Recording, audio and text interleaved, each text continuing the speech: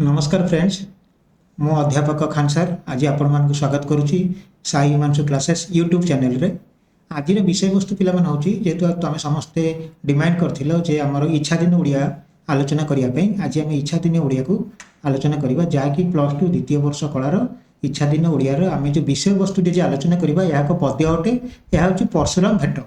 ठीक अछि पिला माने परशुराम भेट कविता तो मैंने जानी अल्प बहुत। ठीक अच्छे ये कविता को आम लिखिं आमर जे कवि होती बलराम दास होती आमर पंचसखा मध्य वयोज्येष्ठ कवि। पंचसखा पिला मैंने जानी आमर जो होता आमर गोपबंधु दास जो बनई जो आमर विद्यालय बनई जो कि छुरियाना गछ तले से जो अध्ययन करा सेठी जो पंचसखा थे पंचसखा मध्य बलराम दास होती आमर वयोज्येष्ठ कवि।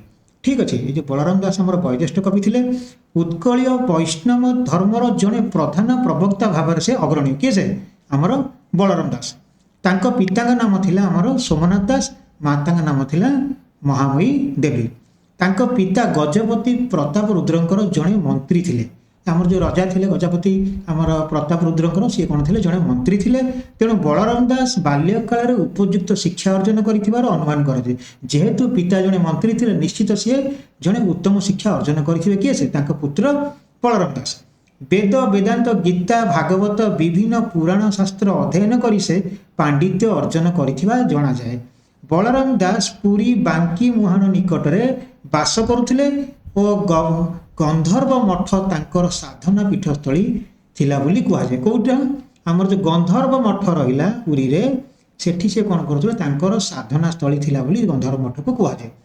बाल्यरू से पुरी क्षेत्र सह संपृक्त होई सेठारे पंडित मानक संस्पर्श आसी सेमानक द्वारा विशेष भाव में प्रभावित होते।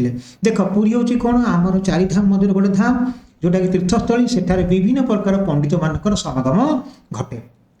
जेहेतु बलराम दास पिलादिन रहिले कौटी गंधर्व मठ रहिले सी कौन कले विभिन्न प्रकार पंडित मानक संस्पर्श आसिले एवं संस्पर्श आसला सहित सी कौन कले आमर विशेष भाव में प्रभावित हेले। ठीक अच्छे पिला सी थिले आमर पंचसखा भक्ति आंदोलन जड़े जोग सिद्ध साधक। पंचसखा मानकर जो भक्ति आंदोलन हुए तांका मध्य जोग सिद्ध साधक थिले किए से आमर बलराम दास थिले। श्री जगन्नाथ को केन्द्र करी तांकर आध्यात्मिक साधना गढ़ी उठिला। सी जहाँ भी किसी आध्यात्मिक साधना करुले सब जगन्नाथ को आमर महाप्रभु जगन्नाथ को केन्द्र करी तांकर संपूर्ण आध्यात्मिक साधना गढ़ी उठिला बलराम दासकर। तांको सृष्टि संभार जगन्नाथ महिमा प्रभाव उभय को देखा मिले। कवि प्रत्येक क्षेत्र में जगन्नाथ को तांकर आराध्य देवता बोली कहते किए से आमर बलराम दास कहते पिला माने ये हूँ आमर बलराम दास जी कि आमर परशुराम भेट कविताटी को लिखिं। ठीक अच्छे तेणुक आम मैंने कविताटी को डिटेल्स रूप आज आलोचना करवा एवं कवितार सारतत्व कौन कविता कौन विषय लिखा जाए डिटेल्स रूप में बुझा। तेणुक ये ऑप्शनल ओडिया जो प्रथम कविताटी अच्छी परशुराम भेट आपको चला पिला माने समय नष्ट नक अति शीघ्र आलोचना करवा। मु आमर अध्यापक खान सर आउ थे कही रखुच्छी जदि एपर्यंत आपण चैनल को सब्सक्राइब करना साई हिमांशु क्लासेस चैनल को अति शीघ्र सब्सक्राइब कर दिंतु। ठीक अच्छे एवं आम चला आरंभ करवा आमर परशुराम भेट कविताटी को अति शीघ्र आलोचना करवा। परशुराम भेट ठीक अच्छे बलराम दास लिखिं मिथिला कटकरू से होइले बाहर बाटे राजा माने दियंती उपहार। कौन ठीक कहला मिथिला कटकरू से होइले बाहर बाटे राजा माने दियंती उपहार। पिला माने देख ए कविताटी हूँ कौन जिनस मुझे कविताटी तुमको टे बुझे दूसरी। ठीक अच्छे ये जो परशुराम भेट कविताटी हूँ आमर जिते आमर दशरथ सहित आमर जो जाइए दशरथ सहित आमर श्री रामचंद्र एवं तांको भ्राता ठीक अच्छे लक्ष्मण जाइए कौटी कि मिथिला कटक को जाइए सेठारे कौन करथिले आमर शिव धनु भंग करिकी ठीक अच्छे सी पाणी ग्रहण करथिले रामचंद्र आमर सीता हाथ एवं सीता को विवाह करथिले। सीता को विवाह करके जितेबाला सी कौन करथिले मिथिला कटकरू बाहरी थिले। मिथिला कौन आपणकर जनक राजांकर राज्य थिला। ठीक अच्छे सेठी जो शिव धनु भंग कले आमर शिव धनु भंग कलापर सी कौन कले जे आमर सीता सहित आसीगले विवाह करिकी आपणकर आसला बेले बाटर कौन कले विभिन्न प्रकार राजा माने थिले विभिन्न राज्य पड़े से माने विभिन्न प्रकार उपहार सब कौन करथिले सब प्रदान करथिले आमर क्या रामचंद्र को एवं माता सीता को सब प्रदान करथिले। से दिन वैशालीपुर रे रहिले ରଜନୀ ପ୍ରଭାତେଣ ତହୁଁ ଚଳିଗଲେ। ସେଦିନ କ'ଣ କଲେ? ସେଦିନ ବୈଶାଳୀପୁରରେ, ଏଇ ଯେଉଁ ବୈଶାଳୀପୁରରେ କ'ଣ କଲେ? ସେ ବାଟରେ ଯାଉଛନ୍ତି, ତାଙ୍କ ରାଜ୍ୟକୁ ଆସିବେ, ଅଯୋଧ୍ୟାକୁ ଆସିବେ। ସେଦିନ କ'ଣ କଲେ? ବୈଶାଳୀପୁରରେ ରହିଲେ। ରଜନୀ ପ୍ରଭାତେଣ ତହୁଁ ଚଳିଗଲେ। ରଜନୀ କ'ଣ? ଆପଣଙ୍କର ରାତି ପାଉ ପାଉକୁ ସକାଳ ହଉ ହଉକା ସେ କ'ଣ କଲେ? ଭୋରୁ ଭୋରୁ ପୁଣି ବାହାରିଗଲେ। ସୁର ନଦୀ ଜିଣି ବିପୁଳ ବନେ ପାଇ ସେଦିନ ନିଶି ତହିଁ ବିଶ୍ରାମିଲେ ଯାଏ। କ'ଣ କଲେ? ସୁର ନଦୀ ଜିଣି, ଏଠି କ'ଣ କଲେ ପିଲାମାନେ ଦେଖ, ସୁର ନଦୀ ଜିଣି ବିପୁଳ ବନେ ପାଇ ସେଦିନ ନିଶି ତହିଁ ବିଶ୍ରାମିଲେ ଯାଏ। ସୁର ନଦୀକି କ'ଣ କଲେ? ଜିଣି ମାନେ ସୁର ନଦୀକି ପାରି ହେଲେ, ଠିକ୍ ଅଛି। ବିପୁଳ ବନରେ ପୁଣି ଯେ ଗଲେ, ସେଦିନ ନୀତି ତହିଁ ବିଶ୍ରାମ କଲେ ଯାଏ, ଠିକ୍ ଅଛି। ସୁର ନଦୀ ପାରି ହେଇଗଲା ପରେ ସେ ତାପରେ କ'ଣ କଲେ? ଯାଇକି ବିଶ୍ରାମ କଲେ। ତାପରେ ପୁଣି କ'ଣ କଲେ? ସିଦ୍ଧ ବନେ ଯାଇ ରହିଲେ ଆର ଦିନ ବିଶ୍ୱାମିତ୍ରଙ୍କର ଆଶ୍ରମ ସେ ଅତିଥି ତପବନ।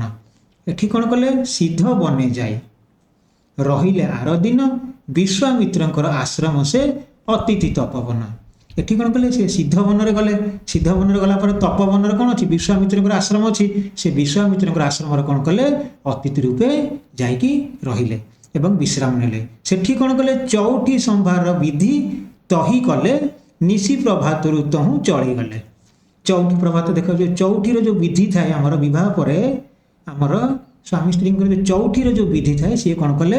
ତପବନରେ ବିଶ୍ୱାମିତ୍ରଙ୍କର ଆଶ୍ରମରେ ସିଏ କ'ଣ କଲେ? ଚଉଠି ବିଧି ସମ୍ଭାର କଲେ। ଚଉଠିର ଯେଉଁ ବିଭିନ୍ନ ପ୍ରକାର ବିଧି ଆଚରଣ ଥାଏ ସବୁକିଛି ସମ୍ଭାର କଲେ।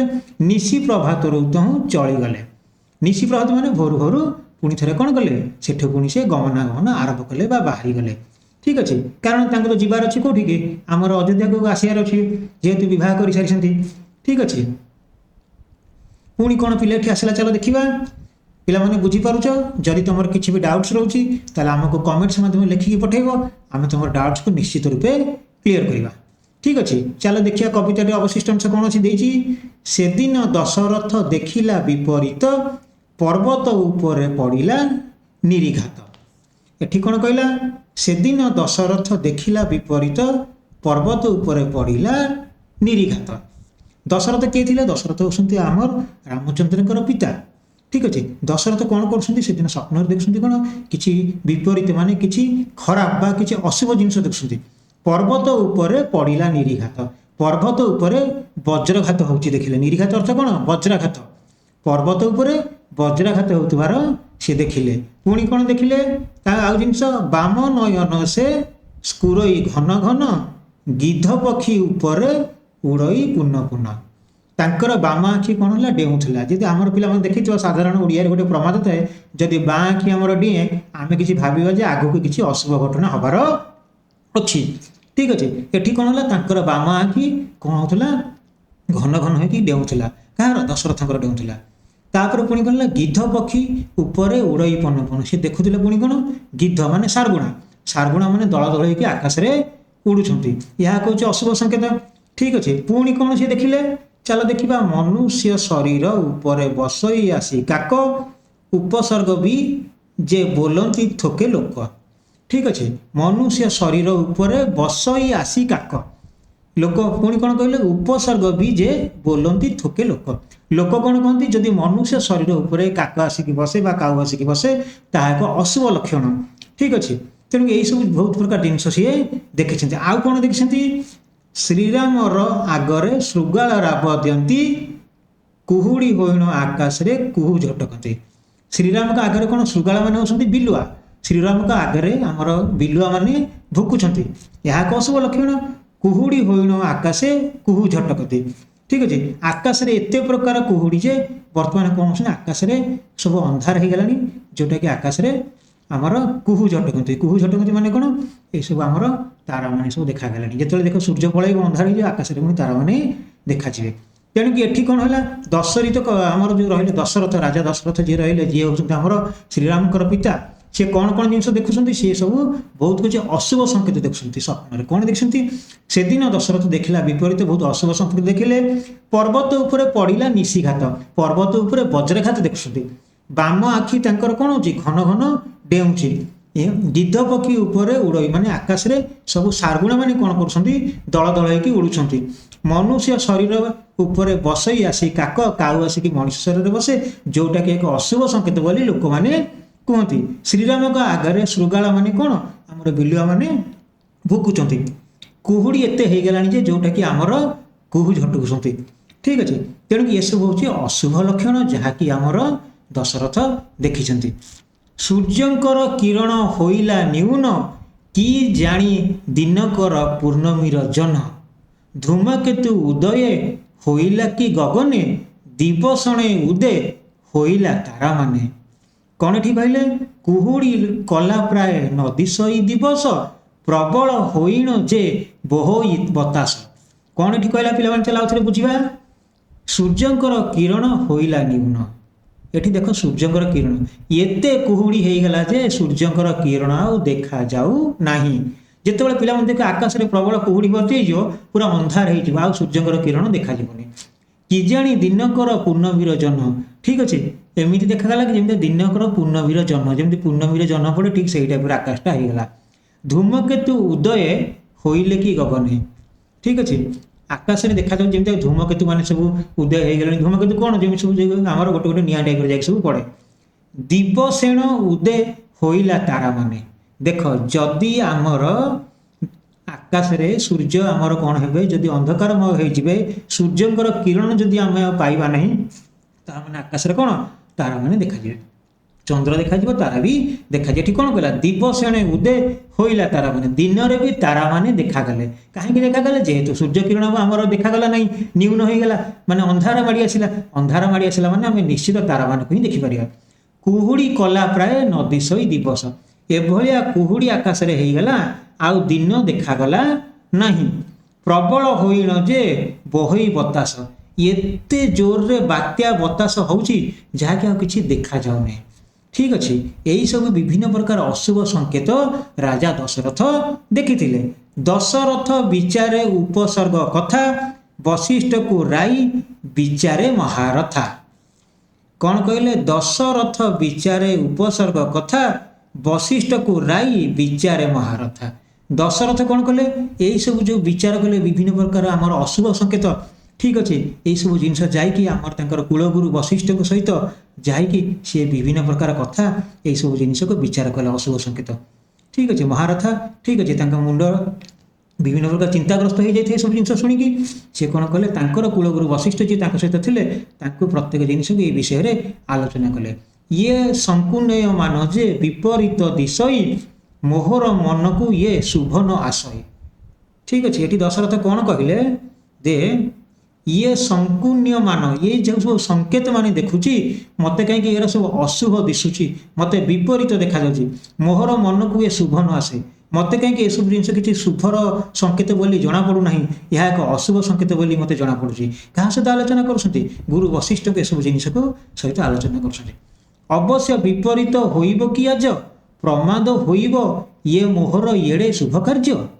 पुणी दशरथ कौन कहते अवश्य विपरीत होइब कि आज प्रमाद होइब ये मोहर शुभ कार्य अवश्य विपरीत होइब कि आज किसी विपरीत हबार अच्छी कि हे कुलगुरु वैशिष्ट मत लगुच बोधे आज किसी विपरीत हबार अच्छी किसी अशुभ हबार अच्छी प्रमाद होइब ये मोहर एड़े शुभ कार्य आज जो मोर पुत्र विवाह करके आउछन ये शुभ कार्य कौन मोर आज अशुभ परिणत हो सब जिनस को कौन कर कुलगुरु वशिष्ठ सामने आलोचना कर मुनिए बोइले हो आन नाही किछि एक कथा एक भ्रांत तोर अच्छी मुनिए कौन आमर वैशिष्ठ कुलगुरु कहते। ठीक अच्छे कौन कहते मुनिए बोइले हो आन नाही किछि एसबूर किछि असुविधा नहीं किए कहते आमर कुलगुरु वैशिष्ठ कहते कुलगुरु वैशिष्ठ कहले ये सब जिनिसर किछि असुविधा नहीं तम मनर गोटे यहाँ भ्रांत धारणा एक कथा एक भ्रांत तोर अच्छी यहाँ गोटे तुम जेहतु जिनसटी देखीच तुम मनर गोटे भ्रांत धारणा ये सब कौन असुविधा कौन अशुभ कार्य हम ना क्षत्रियंकर ऐरी जे अटई परशुराम सिद्ध बनई येहू करी अछई आश्रम एटी पुणी कौन कहते क्षत्रियंकर ऐरी जे अटई परशुराम सिद्ध बने येहू କରି ଅଛଇ ବିଶ୍ରାମ ଆଶ୍ରମ ପିଲେ ବିଶ୍ରାମ नहीं आश्रम क्षत्रियंकर ऐरे क्षत्रियंकर शत्रु जे अटई परशुराम एठी देख गोटे असुविधा अच्छी क्षत्रियंकर शत्रु आमर क्षत्रिय माने जो माने किए रहिले आमर राजपुरुष रहिले ठीक अच्छे राजकुमार माने होसन क्षत्रिय तेणु एमानकर जी शत्रु ऐरे अर्थ है शत्रु जे अटई परशुराम सी होती परशुराम परशुराम होती क्षत्रिय मानकर जम बा क्षत्रिय मानकर शत्रु सिद्धवन येहु करी अछई आश्रम यही सिद्धवन रे आमर कौन कर परशुरामकर आश्रम अच्छी से न पुण हो भेट पड़ जाओ आज ताहाकू देखिले जे होइब मंद कार्य पुणी कौन कहले से न पुण हो भेट पड़ जाए आज ताहाकू देखिले जे होइब मंद कार्य से न पुण हो भेट पड़ जाए आज तार कौन भेट न पड़ू कहार भेट न पड़ू परशुराम आमर कौन भेट जमी आज न पड़ू ताहाकू देखिले जे होइब मंद कार्य जदि परशुराम को आज आम भेट हवा ताहले सुनिश्चित मंद कार्य आमर घटिब ठीक अच्छे तेणुक एक किए कहते आमर वैशिष्ट्य कहते आमर दशरथ को कहते एते बोली तहु जे करंती गगन गमन ध्यान बसी थिला जे रेणुकानंदन एठी पुणी कौन है एते बोली तहु जे करंती गमन ध्यान बसी थिला जे रेणुकानंदन पिले रेणुकानंदन किए से रेणुकानंदन होती आमर परशुराम परशुराम माता का नाम हूँ रेणुका परशुराम आमर पिता का नाम हूँ जमदग्नि एते बोली तहु जे करंती गमन ठीक अच्छे यही सब कथबार्ता आमर तांकर चली कार दशरथंकर एवं आमर बस कुलगुरु वैशिष्ठ्यंकर ध्यान बसी जे रेणुकानंदन आमर कौन करते आश्रम जेहेतु थिला परशुराम आश्रम मध्य कौन करते ध्यान बसी ठीक अच्छे तापर पिला चल आगे देखा ध्यान छाड़िला जे परशुराम मुनि समाधि भाजिला जे वीरतुर शुणी पिला माने इंटरेस्टिंग जिनिस एटा को देख कौन ठीक कही ध्यान छाड़िला जे परशुराम मुनि समाधि भाजिला जे वीरतुर शुणी परशुराम कौन कले वर्तमान जो तांकर कौन हो जेहेतु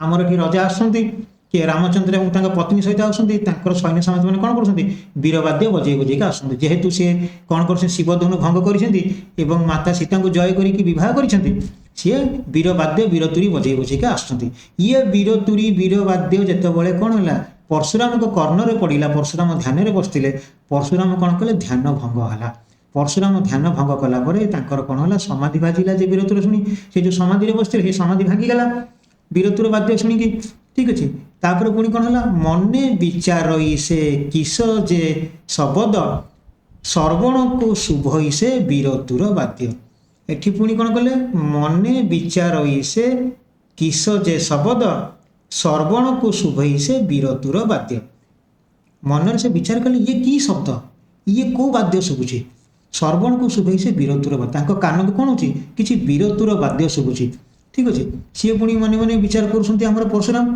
जी ये कौ टाइप वाद्य ये कौ टाइप शब्द जंगल मध्य शुभुची पुणी कौन कल ये एक वीरतुर वाद्य शुभुची कान को आरब की वीरे अच्छंती देह घेनी वीरंत मारी शून्य कलई मेदिनी आरब की वीरे अच्छंती देह घेनी वीरंतर मारी शून्य कलई की मेदिनी आरबी की वीर मैंने आउ कौन को वीर रहीगला मुझे तो संपूर्ण सब वीर को नाश कर एटी परशुराम कहते जिते क्षेत्रीय वीर थिले मु समस्त को नाश कर वीरंत मारी शून्य कलई मेदिनी मुझे मेदिनी की वीर शून्य कर क्षेत्रीय शून्य कर पुणी वीरतुर शुभिलाक मते केवल वीर प्रतापी होइला जगते पुणी वीरतुर मते शुभुची आउ को वीर प्रतापी जगत अच्छे अर्थात कौन पिला चल आउ थे बुझा ये ठीक अच्छे ये चलो डिटेल्स बुझीजा कौन ये आउ थे कहते ध्यान छाड़िला जे परशुराम मुनि समाधि भाजिला जे वीरतुर शुणी ये जो वीरतुर वाद्य आमर रामचंद्र पत्नी सीता सहित जिते गमनागमन करके आसुँच जंगल मध्य सैन्य सामंत कौन कर वीरतुर वाद्य बजाउं ये वीरतुर वाद्य शुणिकी कौन है परशुरामकर समाधि बा जो ध्यान करते भांगीगला मन से विचार कर ये कौ टाइप शब्द ये जो कान को मोर शुभुची एक वीरतुर वाद्य शब्द आरब की वीरे अच्छंती देह घेनी आउ कौन संसार वीर अच्छा वीरंत मारी शून्य कलई मेदिनी मु तो मारिकी टोटाल मेदिनी की शून्य कर देती संसार में कौन वीर ନାହାନ୍ତି, ଆଉ କୌଣସି କ୍ଷତ୍ରିୟ ନାହାନ୍ତି। ପୁଣି ବୀରତ୍ୱର ଶୁଭିଲା କି ମୋତେ? ପୁଣି ମୋତେ ବୀରତ୍ୱର ଶୁଭିଲା। କେଉଁ ବୀରତ୍ୱରେ ଏହା ଶୁଭୁଛି? କେବଳ ବୀର ପ୍ରତାପ ହୋଇଲା କି ଜଗତେ? ଆଉ କେଉଁ ବୀର ଏ ଜଗତରେ ରହିଛି? ଏ ଜଗତରେ ଆଉ କୌଣସି ବୀର ବାକି ରହିଗଲା କି? ଏଭଳିଆ କେଉଁ ଭଳିଆ ପ୍ରତାପୀ ବୀର ଯିଏକି ବର୍ତ୍ତମାନ ବୀରତ୍ୱର ବଜେଇକି ଯାଉଛି। ପୁଣି ଚାଲ ଦେଖିବା ପିଲାମାନେ କ'ଣ କହିଛି। ପୂର୍ବର କଥା ମାନ ନାହିଁ କି ସେ ଶୁଣି, ବୀରତ୍ୱର ବଜାଇ ଯେ କେବଳ ଗୁଣ ଘେନି। ପୂର୍ବର କଥା ମାନ ନାହିଁ କି ସେ ଶୁଣି, ବୀରତ୍ୱର ବଜାଇ ଯେ କେବଳ ଗୁଣ ଘେନି। ପୂର୍ବର କଥା ମାନେ କ'ଣ? ପୂର୍ବ କଥାରେ ଆଉ ତ କୌଣସି ବୀରତ୍ୱର ନାହାନ୍ତି, ତେଣୁକି ଇଏ ବୀରତ୍ୱର ବଜାଇ ଯେ କେବଳ ଗୁଣ ଘେନି। ଇଏ କିଏ ସେ ଯିଏକି ବୀରତ୍ୱର ବଜାଇକି ଏତେ ଗୁଣ ଦେଖେଇକି ଏ ଜଙ୍ଗଲ ମଧ୍ୟରେ ଯାଉଛି? କିଏ କହିଲେ? ଆମର ପରଶୁରାମ ଏସବୁ ଜିନିଷକୁ ବିଚାର କରୁଛନ୍ତି। ଠିକ୍ ଅଛି, ତେଣୁ ପିଲାମାନେ ଚାଲ ଆମେ ଆଗକୁ ଦେଖିବା। ତେଣୁ ଆଗକୁ ଦେଖିବା ପୂର୍ବରୁ ମୁଁ କିଛି କହି ରଖୁଛି। ପିଲାମାନେ ଦେଖ, ସାହିତ୍ୟ ଏପରି ଏକ ଜିନିଷ, ତମର ଅପସନାଲ ଓଡ଼ିଆ ହଉ ବା ବାଧ୍ୟତାମୂଳକ ହଉ କିମ୍ବା ଇଚ୍ଛାଧୀନ ଓଡ଼ିଆ ହଉ, ତମକୁ ପ୍ରଥମେ କ'ଣ କରିବାର ଅଛି? କଷ୍ଟ ଶବ୍ଦକୁ ପ୍ରପର ରୂପେ ପରଫେକ୍ଟ ରୂପେ ବୁଝିବାର ଅଛି। କଷ୍ଟ ଶବ୍ଦର ମାନେ କ'ଣ? ଯଦି କଷ୍ଟ ଶବ୍ଦର ମାନେ ତମେ ବୁଝି ଯାଉଛ, ତାହେଲେ ତମେ ପଦ୍ୟ ହଉ କି ଗଦ୍ୟ ହଉ ତମେ ସମ୍ପୂର୍ଣ୍ଣ ରୂପେ ପଢ଼ିପାରିବ ଏବଂ ବୁଝିପାରିବ। ସାହିତ୍ୟର ଆଉ ଗୋଟେ ଦ୍ୱିତୀୟ ଜିନିଷ ହେଉଛି ତମକୁ ରିଡ଼ିଂ କରିବାର ଅଛି ବା ପଢ଼ିବାର ଅଛି।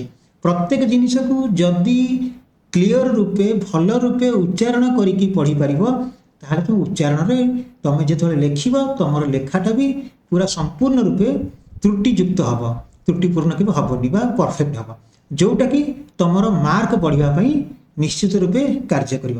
ଏବଂ ସାହିତ୍ୟ ଲେଖିଲା ବେଳେ ଅକ୍ଷର ଟିକେ ବଡ଼ ବଡ଼ କରିକି ଲେଖିବ, ଛଡ଼ା ଛଡ଼ା କରିକି ଲେଖିବ ଏବଂ କ୍ଲିଅର ଲେଖିବ, କେବେ ଓଭରରାଇଟ୍ କରିବନି। କାରଣ ଖାତା ଦେଖୁଥିବା ଲୋକଟି ସେ ଜାଣିପାରିବ ଯେ ପିଲାଟି ଠିକ୍ ରୂପେ ଲେଖିଛି। ଏବଂ ପ୍ରତ୍ୟେକର ଆମର କବିଙ୍କ ନାଁ ଏବଂ ତାଙ୍କର ଇଏ କେଉଁ କବିତା ଅଛି ୟାକୁ ଉଦ୍ଧୃତି ମଧ୍ୟରେ ଲେଖିବ, ଯେଉଁଟାକି ତୁମର 1 ମାର୍କ ସୁନିଶ୍ଚିତ ରୂପେ ଏଥିରୁ ପାଇଯିବ। ତେଣୁ ଇଏ ହେଲା ଜିନିଷ। ସାହିତ୍ୟକୁ ଆମେମାନେ ଭାବୁଛେ ଯେ ଏଥିରେ ମାର୍କ ଆସେ ନାହିଁ, ଆମର ଅପସନାଲ ଓଡ଼ିଆ ହେଉ କିମ୍ବା କମ୍ପଲସରି ଓଡ଼ିଆ ହେଉ, ମୁଁ କହେ ମାର୍କ ଆସିବ, କିନ୍ତୁ ଆମକୁ ତାକୁ ଲେଖିବାର ଶୈଳୀ ଏବଂ ତାକୁ ପଢ଼ିକି ବୁଝିବାର ଶୈଳୀ ଆମେ ନିହାତି ଜାଣିବା ଦରକାର। କେବେ ସାହିତ୍ୟ କିମ୍ବା କୌଣସି ପାଠକୁ ଘୋଷିବନି। ଘୋଷିଲେ କେବେ ହେଲେ ତୁମେ ମାର୍କ ଆଣିପାରିବନି। କୌଣସି ଟେଷ୍ଟ ପେପର କିମ୍ବା କୌଣସି ଗାଇଡ଼ ବୁକ୍କୁ ଫଲୋ କରିବନି। ନିଜ ଭାଷାରେ ଲେଖିବାକୁ ଚେଷ୍ଟା କରିବ, ଯେଉଁଟାକି ନିଜ ଭାଷାରେ ଲେଖିଲେ ଇଏ ଏକ ଅନ୍ୟ ରୂପ ଅଳଙ୍କାର ଗ୍ରହଣ କରିବ, ଯେଉଁଟାକି ଖାତା ଦେଖୁଥିବା ଲୋକ ତୁମକୁ ଉତ୍ତମ ନମ୍ବର ପ୍ରଦାନ କରିବେ। ଯଦି ତୁମେ କୌଣସି ଗାଇଡ଼ ବୁକ୍ କିମ୍ବା ଟେଷ୍ଟ ପେପର ଫଲୋ କରିବ, ତାହେଲେ ତୁମେ ଆଭରେଜ ମାର୍କ ପାଇବ, 50% ମାର୍କିଂ ପାଇବ, ତା ଉପରକୁ କେବେ ପାଇବ ନାହିଁ। ତେଣୁକି ଏହା ହେଲା ଜିନିଷ। ପ୍ରତ୍ୟେକ ପଦ୍ୟ ଗଦ୍ୟକୁ ପଢ଼। ଆମର ଅନଲାଇନ୍ ମାଧ୍ୟମରେ ପ୍ରତ୍ୟେକ ଅପସନାଲ ଓଡ଼ିଆ ବ୍ୟାଚ୍ ଛଡ଼ାଯାଉଛି ଏବଂ ଆମର କମ୍ପଲସରି ଓଡ଼ିଆ ବି ଛଡ଼ାଯାଇଛି। ତୁମମାନେ ତାକୁ ଦେଖ, ପଢ଼, ଯେଉଁଟାକି ଓଡ଼ିଶା ବର୍ଗର ସବୁ ପିଲାମାନଙ୍କୁ ମୁଁ କହୁଛି। ପଢ଼ିଲା ପରେ ଆପଣ ଯଦି କିଛି ବି ତୁମର ଡାଉଟ୍ସ ରହୁଛି, ତାହେଲେ କମେଣ୍ଟସ୍ ମାଧ୍ୟମରେ ପଠାଅ, ଆମେ ତୁମର ଡାଉଟ୍ସକୁ ସୁନିଶ୍ଚିତ କ୍ଲିୟର କରିବୁ। ଆମର ଗୋଟିଏ ଲକ୍ଷ୍ୟ ହେଉଛି ଓଡ଼ିଶାରେ ପାଠ ପଢ଼ୁଥିବା ପ୍ରତ୍ୟେକ ପିଲାମାନେ, CHSE ପିଲାମାନେ କେମିତିକା ପ୍ରତ୍ୟେକ ବିଷୟରେ ଭଲ ନମ୍ବର ରଖିକି ପାସ୍ କରନ୍ତି। ବୁଝିଗଲା? ଚାଲ ଆମେ ଆଉ ସମୟ ନଷ୍ଟ ନ କରିକି ଆମେ ଚାଲିଯିବା ଆମର ବିଷୟବସ୍ତୁକୁ। ଆଉ ଥରେ କହି ରଖୁଛି, ଯଦି ତୁମମାନେ ଏପର୍ଯ୍ୟନ୍ତ ଆମ ଚ୍ୟାନେଲକୁ ସବସ୍କ୍ରାଇବ୍ କରିନ, ତାହେଲେ ଅତି ଶୀଘ୍ର ଆମର ଚ୍ୟାନେଲ ଯେଉଁ ସାଇ ହିମାଂଶୁ କ୍ଲାସେସକୁ ସବସ୍କ୍ରାଇବ୍ କର। ଠିକ୍ ଅଛି? ଏବଂ ଯଦି ତୁମକୁ ବିଷୟଟି ଲାଷ୍ଟକୁ ଭଲ ଲାଗିଥିବ, ତାହେଲେ ଗୋଟେ ଲାଇକ୍, ଗୋଟେ ସେୟାର, ଗୋଟେ ସବସ୍କ୍ରାଇବ୍ କରିବାକୁ କେବେ ହେଲେ ଭୁଲିବ ନାହିଁ। ଚାଲ ପିଲାମାନେ କବିତା ଆରମ୍ଭ କରିବା। ବୀର ଦର୍ପ ଗଞ୍ଜନ ମୁଁ ବୀରଙ୍କର ନାଥ, ଯେ ବୀର ବୋଲିବ ଛେଦଇ ତାର ମାଥ। ଠିକ୍ ଅଛି? ଏଠୁ କ'ଣ କହିଛନ୍ତି ପରଶୁରାମ? ବୀର ଦର୍ପ ଗଞ୍ଜନ ମୁଁ ବୀରଙ୍କର ନାଥ, ଯେ ବୀର ବୋଲିବ ଛେଦଇ ତାର ମାଥ। ମୁଁ ହେଉଛି ଏଠି ବୀର ଦର୍ପ ଗଞ୍ଜନ, ବୀରଙ୍କର ନାଥ। ଯେତେ ବୀର ଅଛନ୍ତି ଏ ସଂସାରରେ, ଏ ସବୁ ବୀରଙ୍କ ଉପରେ ମୁଁ ହେଉଛି ନାଥ। ମାନେ ନାଥ ଅର୍ଥ ହେଉଛି ସବୁଠୁ ବଡ଼ ସ୍ୱାମୀ। ଯେ ବୀର ବୋଲିବ ଛେଦଇ ତାର ମାଥ। ମୋ ସାମ୍ନାରେ ଯିଏ ବୀର ବୋଲି କହିବ, ତାର ମାଥ ମାନେ ତାର ମୁଣ୍ଡକୁ ମୁଁ 2 ଖଣ୍ଡ କରିଦେବି। ମାନେ ଧଡ଼ରୁ ମୁଣ୍ଡକୁ ମୁଁ ଅଲଗା କରିଦେବି। କିଏ କହୁଛନ୍ତି? ଆମର ପରଶୁରାମ କହୁଛନ୍ତି। ବୀର ବୋଲି ମୁଁ ଯେ ନ ଥୋଇଲି ସୀମା, ଯେତେ ବୋଲି କୋପ କଲା ପରଶୁରାମ। ବୀର ବୋଲି ମୁଁ ଯେ ନ ଥୋଇଲି ସୀମା, ଏତେ ବୋଲି କୋପ କଲାକ ପରଶୁରାମ। ପରଶୁରାମ ଏଠି କ'ଣ କଲେ? ଯେ ବୀର ବୋଲି ମୁଁ ଯେ ନ ଥୋଇଲି ସୀମା। ଠିକ୍ ଅଛି? ମୁଁ ଯେତେ ବୀର ଅଛନ୍ତି, ବୀର ବୋଲି ମୁଁ ଯେ ନ ଥୋଇଲି ସୀମା। ମାନେ ଏ ସୀମାରେ କୌଣସି ମୁଁ ରଖିଲିନି, ଯେକୌଣସି ହେଲେ ବୀରକୁ, ପ୍ରତ୍ୟେକ ବୀରଙ୍କର ମଥାକୁ ମୁଁ ହରଣ କଲି। ଏତେ ବୋଲି କୋପ କଲାକ ପରଶୁରାମ। ଏହା ଶୁଣିକି କୋପ କରିକି ପରଶୁରାମ ରାଗରେ କ୍ରୋଧନିତ ହୋଇକି, ଠିକ୍ ଅଛି, କ୍ରୋଧନିତ ହୋଇଗଲେ। ନିଶ୍ୱାସ ଖରତର କାଳ ସର୍ପ ଜାଣି ଘନ ଘନ କୋପ ଯେ କରଇ ପରଶୁମଣି। ନିଶ୍ୱାସ ଖରତର ମାନେ ସିଏ କ'ଣ କଲେ, ଯେମିତି କାଳ ସର୍ପ ସଁ ସଁ ହେଇକି ନିଶ୍ୱାସ ଛାଡ଼େ, ଇଏ ହେଲା ନିଶ୍ୱାସ ଖରତର। ଆଙ୍କର ନିଶ୍ୱାସ କ'ଣ ହେଲା, ବହୁତ ଖରତର ହେଇଗଲା, ବହୁତ ଜୋର ଦୀର୍ଘତର ନିଶ୍ୱାସ ନେଲେ। ଘନ ଘନ କୋପ ଯେ କରଇ ପରଶୁମଣି। ପରଶୁମଣି କ'ଣ କଲେ, ବହୁତ ରାଗ କଲେ, ବହୁତ ପ୍ରଚଣ୍ଡ କ୍ରୋଧନିତ ହୋଇ ସେ କ'ଣ ହେଲେ, ପୁରା କ୍ରୋଧରେ ପୁରା ଜର୍ଜରିତ ହୋଇଗଲେ। ବନସ୍ତରୁ ବାହାର ହୋଇ ଦିଶିଲାକ ଋଷି, କଳା ମେଘ ବିଦାରିକି ବାହାର ଇହେ ଶଶୀ। ବନସ୍ତରୁ ବାହାର ହୋଇ ଦିଶିଲା କି ଋଷି, ଇଏ କ'ଣ କଲେ, ଠିଆ ହେଇଗଲେ, ଜଙ୍ଗଲରୁ ବାହାରି ଆସିଲେ। କିଏ ସେ? ପରଶୁରାମ। ଏ ବାଦ୍ୟ ଶୁଣିକି ତାଙ୍କର ମାନେ ରାଗ ପୁରା ଜର୍ଜରିତ ହୋଇଗଲାଣି, ସେ ରାଗରେ ପୁରା ପ୍ରତିଫଳିତ ହୋଇଗଲାଣି। ସିଏ ବନସ୍ତରୁ ବାହାର ହୋଇଲେ ଦିଶିଲାକ ଋଷି, ସିଏ ଜଙ୍ଗଲରୁ ବାହାରିକି ଆସିଲେ। ଜାଣିବାକୁ ଚାହିଁଲେ ଯେ ଇଏ ଯେଉଁ ଆମର ବୀରବାଦ୍ୟ ବଜେଇକି ଆଉଛନ୍ତି, ଇଏ ଜଣକ କିଏ ସେ? ମୁଁ ତ ସଂସାରରୁ ସମ୍ପୂର୍ଣ୍ଣ କ୍ଷତ୍ରିୟଙ୍କୁ ବୀରଙ୍କୁ ନାଶ କରିଥିଲି, ଇଏ ପ୍ରତାପୀ ବୀର ଜଣକ କିଏ ସେ? କଳା ମେଘ ବିଦାରିକି ବାହାର ଇହେ ଶଶୀ। ଠିକ୍ ଅଛି, କଳା ମେଘ ଯେମିତିକା ଘଟେଇକି ଆସେ, ବାତ୍ୟା ରୂପକ ନେଇକି ଆସେ, ବାତ୍ୟା ରୂପକ ଉନ୍ମାଣ୍ଡ କାଣ୍ଡବକୁ ନେଇକି ଆସେ, ତାଣ୍ଡବକୁ, ଇଏ ଠିକ୍ ସେଇ ଟାଇପ୍ର କଳା ମେଘ ଟାଇପ୍ର ବିଦାରିକି ବାହାର ଇହେ ଶଶୀ। ଇଏ କଳା ମେଘ ଟାଇପ୍ର ହେଇକି ବାହାରିକି ଜଙ୍ଗଲରୁ ଆସିଲେ। ଶିରରେ ନାଗ ବନ୍ଧ ପିଙ୍ଗଳ ବର୍ଣ୍ଣ ଜଟା, ସବର୍ଣ୍ଣେ କୁଣ୍ଡଳ କଟିରେ କାଛଟା। ଶିରରେ କ'ଣ ଏଠି ତାଙ୍କର ଅଛି, ଦେଖ ଏଠି ପରଶୁରାମଙ୍କର କିପରି ଆମର ଭୂଷଣ ଆଭୂଷଣ, ତାହା ଏଠି ଏ କବିତାରେ ବି ବର୍ଣ୍ଣନା କରାଯାଇଛି।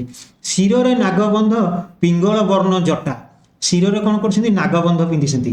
ଠିକ୍ ଅଛି, ପିଙ୍ଗଳ ବର୍ଣ୍ଣ ଜଟା, ତାଙ୍କ ଜଟାର ରଙ୍ଗ ହେଉଛି ପିଙ୍ଗଳ ବର୍ଣ୍ଣ। ସବର୍ଣ୍ଣେ କୁଣ୍ଡଳ କଟିଳେ କାଛଟା, ସବର୍ଣ୍ଣେ ମାନେ କାନରେ କ'ଣ କରିଛନ୍ତି, କୁଣ୍ଡଳ ଧାରଣ କରିଛନ୍ତି, କୁଣ୍ଡଳ। କଟିରେ କାଛଟା, କାଛଟା ମାନେ କଛା, କଟିରେ ମାନେ ସେ ଆମର ପିନ୍ଧିଛନ୍ତି, କଛା ପିନ୍ଧିଛନ୍ତି କଟିରେ। ଠିକ୍ ଅଛି, ପୁଣି କ'ଣ, କଣ୍ଠେଣ ତୁଳସୀ ରୁଦ୍ରାକ୍ଷ ମାଳ ସାଜି, ପୁଇଁ ଚାନ୍ଦିଆ ମାଳ ହୃଦୟରେ ବିରାଜି।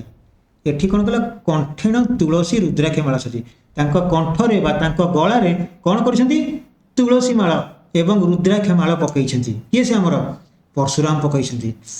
ପୁଇଁ ଚାନ୍ଦିଆ ମାଳ ହୃଦୟ ବିରାଜି, ପୁନେଇ ଚାନ୍ଦିଆର ଯେଉଁ ମାଳ କ'ଣ କରିଛନ୍ତି, ସେ ତାଙ୍କ ହୃଦୟରେ, ତାଙ୍କ ଛାତି ଯାକେ ପକାଇଛନ୍ତି। କୃଷ୍ଣା ଝିନ ଛାଲ କଟିରେ ଓଢ଼ାଇ, କୃଷ୍ଣା ଝିନ ମାନେ କୃଷ୍ଣସାର ମୃଗର ଛାଲକୁ ତାଙ୍କ କଟି ମାନେ ତାଙ୍କ ଅଣ୍ଟାରେ ବାନ୍ଧିଛନ୍ତି। ଅୟଣ ତାହାର ଅଛଇ ଯେ ଭିଡ଼ି, ଠିକ୍ ଅଛି, କ'ଣ କରିଛନ୍ତି, ଓହଡ଼ାଇ ତାକୁ ଅଣ୍ଟାରେ ବାନ୍ଧିଛନ୍ତି। କୃଷ୍ଣା ଝିନ ଶାଲ, କୃଷ୍ଣକାୟ ମୃଗର ଶାଲକୁ ତାଙ୍କ ଅଣ୍ଟାରେ ଭିଡ଼ିକି ବାନ୍ଧିଛନ୍ତି। କଷା ବସ୍ତ୍ର ପରିହରଣ କଟିରେ କାଛଟି, ପବିତ୍ର ଉତ୍ତରୀ କରିଣ କୁଶ ଗଣ୍ଠି।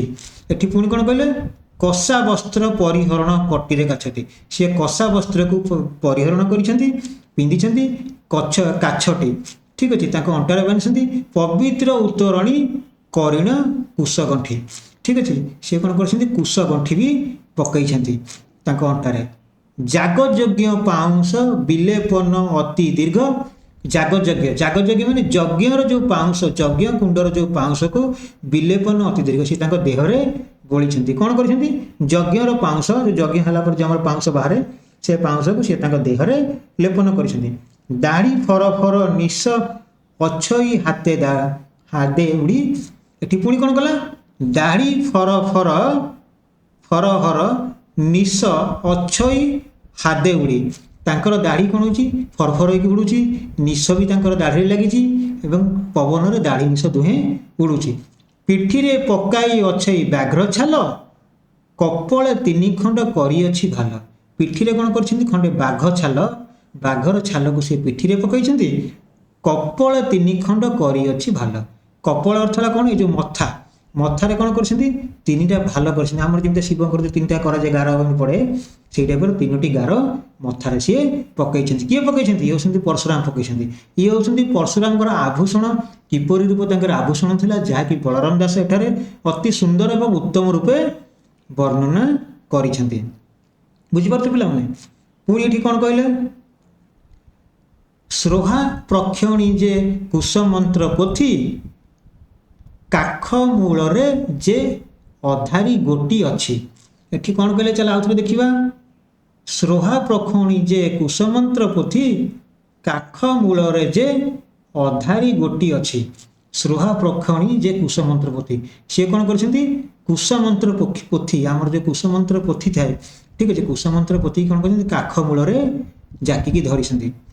ଅଧାରି ଗୋଟି ଅଛି, ଠିକ୍ ଅଛି। ପୁଣି କ'ଣ ଏଠି କରିଛନ୍ତି? ସେ ବିଭିନ୍ନ ପ୍ରକାର ଯେ ଆମର ରହିଲା କୁଶମନ୍ତ୍ର ପୋଥି ସବୁକୁ ନିଜ କାଖ ତଳେ ଜାକିକି ଧରିଛନ୍ତି। ବେଦ କରାଣ୍ଡି ଉଦୁ ବାଳେକ ବଛା ଖଣନ୍ତି କମଣ୍ଡଳ ବ୍ରହ୍ମଚର୍ଯ୍ୟ ଧିକ୍ଷା। ଏଠି କ'ଣ କଲେ? ବେଦ କରାଣ୍ଡି ଉଦୁ ବାଳେକ ବଛା ଖଣନ୍ତି କମଣ୍ଡଳ ବ୍ରହ୍ମଚର୍ଯ୍ୟ ଧିକ୍ଷା। ଏଠି ସେ କ'ଣ କଲେ? ବିଭିନ୍ନ ପ୍ରକାର ବେଦ କରାଣ୍ଡିକି ବି ସେ କ'ଣ କରିଛନ୍ତି? କାଖ ତଳେ ରଖିଛନ୍ତି ଏବଂ କମଣ୍ଡଳ ଧରିଛନ୍ତି। ଯେ ସେ ବ୍ରହ୍ମଚର୍ଯ୍ୟ ଧିକ୍ଷାରେ ପରିପୂର୍ଣ୍ଣ, ସେ ହାତରେ ଏକ କମଣ୍ଡଳ ମଧ୍ୟ ଧରିଛନ୍ତି। କମଣ୍ଡଳ କ'ଣ? ଆମର ଯେଉଁ ସବୁ ସାଧୁମାନେ ଧରନ୍ତି ଏକ ଲୋଟା ଟାଇପ୍ର ଥିବ, ଠିକ୍ ଅଛି, ଯାହା ଏକ ପିତ୍ତଳ ଏବଂ କଂସା ବାସନରେ ତିଆରି ହୋଇଥାଏ, ସେଇ ଟାଇପ୍ର କମଣ୍ଡଳକୁ ସିଏ କ'ଣ କରିଛନ୍ତି? ହାତରେ ଧରିଛନ୍ତି, କାରଣ ସେ ବ୍ରହ୍ମଚର୍ଯ୍ୟ ଧିକ୍ଷାରେ ଦୀକ୍ଷିତ, ଠିକ୍ ଅଛି। ବାମ କରେ ଧନୁ ଡାହାଣ କୋଠାର କଣ୍ଠ ତଟେ ସୋହିଂ ଅଛି ତୃଣଭାର। ବାମ କରେ ଧନୁ, ବାଁ କାନ୍ଧରେ ବାଁ ହାତରେ ଧନୁ, ଡାହାଣ ହାତରେ କୋଠାର, କୋଠାର ମାନେ ଟାଙ୍ଗିଆ ବା ଫାର୍ସା କହନ୍ତି, ଠିକ୍ ଅଛି, ତାକୁ ଧରିଛନ୍ତି। କଣ୍ଠ ତଟେ ସୋହିଂ ଅଛି ତୃଣଭାର, ଠିକ୍ ଅଛି। କଣ୍ଠ ତଟେ ମାନେ କ'ଣ? କଣ୍ଠ ତଳେ ତାଙ୍କର ତୃଣଭାର ସବୁ ରହିଛି। ବୈଷ୍ଣବ ନାମେ କୋଦଣ୍ଡେ ଗୁଣ ଦେଇ ପଇତା ଛନ୍ଦେଣ ଯେ ଅଛଇତା লাই। ବୈଷ୍ଣବ ନାମେ ସେ କ'ଣ କରିଛନ୍ତି? ବୈଷ୍ଣବ ନାମ ଗୋଟେ କୋଦଣ୍ଡା ଗୁଣ ଦେଇ ଗୋଟେ ଧନୁ ଧରିଛନ୍ତି, ବୈଷ୍ଣବ ଧନୁ, ଯାହା କୁହାଯାଏ ବୈଷ୍ଣବ ଧନୁ। ପଇତା ଛନ୍ଦେଣ ଯେ ଅଛଇତା লাই, ସେ କ'ଣ କରିଛନ୍ତି? ପଇତା ମଧ୍ୟ ପକେଇଛନ୍ତି। ନୟନର ତେଜକି ମିଥୁନର ବିଜୁଳି ଯେଣେ ସେ ଚାହିଁ ତେଣେ ଅଗ୍ନି ଜଳି। ତାଙ୍କ ଆଖି ଦୁଇଟା ଏପରି ବିଜୁଳି ଭଳିଆ ଦେଖାଯାଉଛି, ଯେମିତିକା କି ସେ ଯୁଆଡ଼କୁ ଅନେଇ ଦେବେ ଲାଗିବ ଯେ ସେଆଡ଼େ ଯେମିତି ଅଗ୍ନି ସଂଯୋଗ ହୋଇଯାଉଛି ବା ଅଗ୍ନି ଜଳିଯାଉଛି। ମାନେ ଏତେ କ୍ରୋଧରେ କ୍ରୋଧନୀତ ତାଙ୍କ ଆଖି ଏପରି ଦେଖାଯାଉଛି ଏକ ବିଜୁଳି ସ୍ୱରୂପ, ଯାହାକି ଲାଗେ ଯେ ସେ ଯେଉଁଠିକି ଅନେଇ ଦେବେ ସେହା ମଧ୍ୟ ଅଗ୍ନିମୟ ହୋଇଯିବ ଏବଂ ଭସ୍ମ ହୋଇଯିବ ବା ଜଳିଯିବ, ଠିକ୍ ଅଛି। ତେଣୁ ଏଠି କ'ଣ କଲା? ଯେଣେ ସେ ଚାହିଁ ତେଣେ ଅଗ୍ନି ଜଳି। ବୁଝିପାରିଲେ ପିଲାମାନେ? ନିଶ୍ୱାସ ବହନ୍ତେ ହଲଇ ନାସର ବିମ୍ବର ରୋମ ଟାଙ୍କରଇ ଓଷ୍ଠ ଥରହର। ନିଶ୍ୱାସ ବହନ୍ତେ ହଲଇ ନାସର ବିମ୍ବର। ନାସର ବିମ୍ବର ଅର୍ଥ କ'ଣ? ନାକପୋଡ଼ା। ସେ ଏତେ ରାଗି ଯାଇଛନ୍ତି, ଯେତେବେଳେ ସେ ନିଶ୍ୱାସ ନେଉଛନ୍ତି ତାଙ୍କ ନାକପୋଡ଼ା ଦୁଇଟା କ'ଣ ଯେ ଥରୁଛି ବା ହଲୁଛି। ବୁଝିପାରିଲେ? ସେ ପୁରା ସମ୍ପୂର୍ଣ୍ଣ କ୍ରୋଧାନ୍ୱିତ ହୋଇଯାଇଛନ୍ତି, ମାନେ କ୍ରୋଧରେ ଜର୍ଜରିତ ହୋଇଯାଇଛନ୍ତି। ରୋମ ଟାଙ୍କରଇ ଓଠ ଥରହର, ମାନେ ଏହା ଦେଖିଲେ କ'ଣ ହେବ? ତାଙ୍କର ଏପରି ରୂପକୁ ଦେଖିଲେ ରୋମ ଟାଙ୍କର ଏବଂ ଆମର ଓଠ ବି ଥରହର ହେବ। ତାଙ୍କର କ'ଣ ହେଲା? ଓଠ ବି ଥରୁଥାଏ, ମାନେ ଏତେ ଜୋରରେ ଆମର କ'ଣ ହେଇଥାଏ? ଯେ ଆମର ପରଶୁରାମ ରାଗିକି ଜର୍ଜରିତ ଅବସ୍ଥାରେ ହୋଇଯାଇଥାନ୍ତି। ପରଶୁରାମ ହେଉଛନ୍ତି ମାନେ ରାଗଙ୍କର ଦେବତା ବି ତାଙ୍କୁ କହିଲେ ଚଳେ, କାରଣ ସେ ସମ୍ପୂର୍ଣ୍ଣ ସବୁ ସମୟରେ ବେଶୀ କ୍ରୋଧାନ୍ୱିତ ହୁଅନ୍ତି। ସେ ଯେତେବେଳେ କ'ଣ କରନ୍ତି? ଆମର କୌଣସି କ୍ଷତ୍ରିୟଙ୍କୁ ଦେଖିଦିଅନ୍ତି, ତାଙ୍କର ରାଗ ଜର୍ଜରିତ ହୋଇ ଉଠେ ଏବଂ ସେ କ୍ଷତ୍ରିୟଙ୍କୁ ସିଏ ନାଶ କଲା ପର୍ଯ୍ୟନ୍ତ ସେ ରାଗିକି ରୁହନ୍ତି। ତେଣୁକି ଇଏ ହେଲା ଆମର ଆଜିର ଯେଉଁ କବିତାଟି ପ୍ରଥମ ଭାଗଟି ଆଜି ଆମେ ଆଲୋଚନା କଲେ ପରଶୁରାମ ଭେଟର। ଆମର ଆମେ କ'ଣ କଲେ? ଯେ ପରଶୁରାମ କିପରି ବାଦ୍ୟ ଶୁଣିକି, ବୀରତ୍ୱର ବାଦ୍ୟ ଶୁଣିକି କିପରି ରାଗରେ ଜର୍ଜରିତ ହୋଇକି ଆସିକି ପହଞ୍ଚୁଛନ୍ତି ଜଙ୍ଗଲ ବାହାରକୁ, ଆମେ ଆଜି ଏହିପରି ଏଇ ଯାକେ ଆମେ ଡିଟେଲ୍ସ ଉପରେ ଆଜି ଆଲୋଚନା କଲେ। ଏବଂ ଆଗାମୀ ଅଧ୍ୟାୟରେ ପରଶୁରାମଙ୍କର କିପରି ଭେଟ ହେଉଛି ଆମର ରାଜା ଦଶରଥଙ୍କ ସହିତ ଏବଂ ରାମଚନ୍ଦ୍ରଙ୍କ ସହିତ କିପରି ଭେଟ ହେଉଛି ଏବଂ ଭେଟ ହେଲା ପରେ ତାଙ୍କର ବାର୍ତ୍ତାଳାପ କ'ଣ ରହୁଛି ଏବଂ କେଉଁ କାର୍ଯ୍ୟ କରୁଛନ୍ତି, ସେସବୁ ବିଷୟବସ୍ତୁକୁ ଆମେ ଡିଟେଲ୍ସ ରୂପେ ଭାଗ 2ରେ ଆମେ ଆଲୋଚନା କରିବା। ଆଜିର ତ ସମୟ ହୋଇଯାଇଛି, ତେଣୁକି ମୋର ଆଶା ଅଛି ଯେ ଯେଉଁ ଆଜି ପରଶୁରାମ ଭେଟ କବିତାଟିକି ଯେଉଁ ପ୍ରଥମ ଭାଗଟିକୁ ମୁଁ ଆଜି ଆଲୋଚନା କଲି ତମେମାନେ ବୁଝିପାରିଥିବ ଏବଂ ଯଦି ତମମାନଙ୍କର କିଛି ଡାଉଟ୍ ରହୁଛି ତାହେଲେ ଆମକୁ ତମମାନେ କମେଣ୍ଟସ୍ ମାଧ୍ୟମରେ ପଠାଅ। ପିଲାମାନେ ମନେ ରଖ, ଏଇ କବିତାଟାକୁ ଥରେ କି ଦୁଇଥର ଯଦି ତମେ ସମ୍ପୂର୍ଣ୍ଣ ରୂପେ ଦେଖିଦେବ ଆମର ୟୁଟ୍ୟୁବ୍ ଚ୍ୟାନେଲରେ, ତାହେଲେ ମୋର ଆଶା ଅଛି ଯେ ତମେ ସମ୍ପୂର୍ଣ୍ଣ ରୂପେ ବୁଝିପାରିବ। ଏବଂ ଏ କବିତାର ମୁଁ ତମମାନଙ୍କୁ ଆଗାମୀ ଅଧ୍ୟାୟରେ ଏହାର କଷ୍ଟ ଶବ୍ଦ ସବୁ ଡାକିଦେବି। କଷ୍ଟ ଶବ୍ଦକୁ ତମମାନେ ମନେ ରଖିବ। ଯଦି କଷ୍ଟ ଶବ୍ଦ ମନେ ଅଛି ତାହେଲେ ତମେ କବିତାଟିକୁ ସମ୍ପୂର୍ଣ୍ଣ ରୂପେ ବହୁତ ସହଜରେ ବୁଝିପାରିବ। ତେଣୁକି ଇଏ ଥିଲା ଆମର ପରଶୁରାମ ଭେଟ କବିତା। ମୋର ଆଶା ଅଛି ତମେ ସମସ୍ତେ ବୁଝିପାରିଥିବ। ତେଣୁକି ତମକୁ ଯଦି ଏ କବିତାଟି ସମ୍ପୂର୍ଣ୍ଣ ରୂପେ ଭଲ ଲାଗିଛି तेणु तुम आम चैनल को गोटे लाइक आ गोटे शेयर आ गोटे सब्सक्राइब करने को भूलियोनी एवं न्यू अपडेट्स पाइबा हेल्ले ऊपर थिबा बेल आइकन को क्लिक करदेव जहाँफल आमर जहाँ न्यू अपडेट्स सब आस तुम पाखे पहुँच तेणुक पिलामाने मोर आशा अच्छी जे तुम समस्ते कविता को बुझी एवं खान सार को प्रोत्साहित करिया हेल्ले तुम समस्ते गोटे गोटे लाइक आ गोटे शेयर आ गोटे सब्सक्राइब करने को भूलिब नहीं। तेणुक आम मैंने आगामी अध्याय परशुराम भेटर द्वितीय भाग को संपूर्ण रूप आलोचना करवा। आज विषय वस्तु को मुझे रखुची। नमस्कार।